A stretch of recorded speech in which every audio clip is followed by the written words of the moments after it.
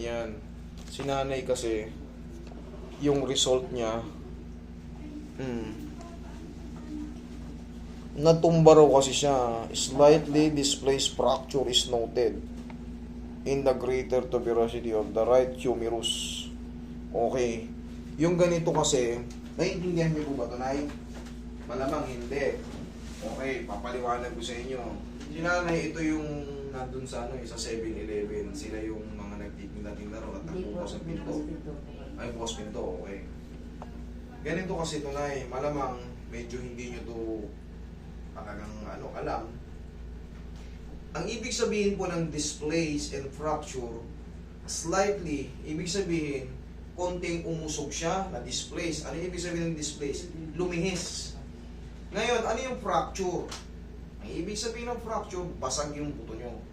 Sa pagkakadulas nyo, malamang, gaya nga ng sabi nyo, sumalta kayo ng pataw. Ito po na ipasa. Yan ang napuyasa nyo. Kailan kayo na-disgrasya? 2 weeks na po. 2 weeks. Ilang taon na? Ano po? Ilang taon na kayo? 66 po. 66. Okay, ang mangyayari dyan, hindi kayo kagad gagaling. Honestly speaking, para hindi nyo muna mapuwersa. Kasi kayo ay 66 years old, mabagal ang metabolismo nyo, mabagal din ang paghilom ng mga fracture.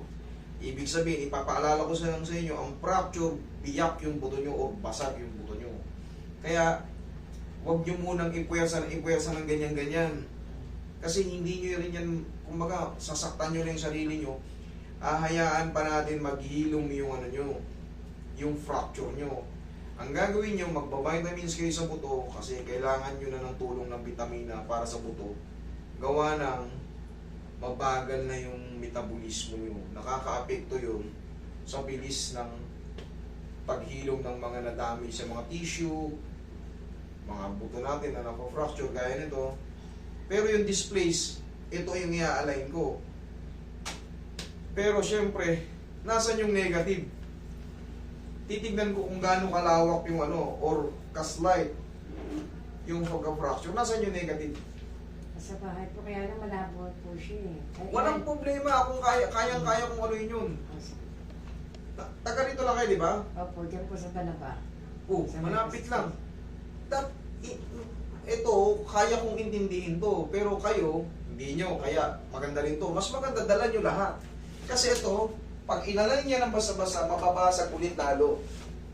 Basag na, mababasag. Check. Usog ka. Checkin ko na. Titignan ko lang kung saan lumihis yung yung na-displace daw eh. Baka yung displaced fracture. Ito po yung nakausli niyang buto dito. Wait lang. Hahanapin ko yung Hahanapin ko yung base po dyan, head humerus. Ito po ang humerus. Ito po, clavicle ito. Acromion, clavicular. Yan, ito yung clavicle. Ito yung AC joint. Base dito, hindi naman nakalagay yung clavicle. Head humerus. Ito ang head humerus. So dito ko kinakaba kasi ito yung humerus.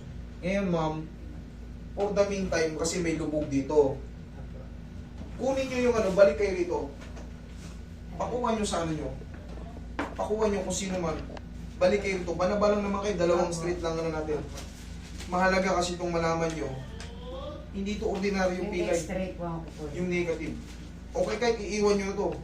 Balik kayo rito, ha? Sige, Salamat. tandaan.